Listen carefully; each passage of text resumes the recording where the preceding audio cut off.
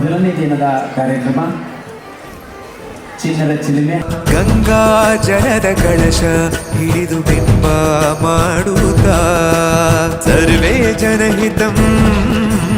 ಪ್ರಾಣಂ ಸ್ಥಾಪಿತ ಒಂದಾಗಿಸುತ್ತಲೇ ಪರಶಿವ ಶಕ್ತಿಯ ಮಂತ್ರ ಘೋಷಧಿ ಬಿರದು ಭಕ್ತಿಯ ದೇಹ ಶುದ್ಧಿರಣೇನ ಭೂಯಾ ಶಾಂತಿರಣೇನ ಭೂಯಾ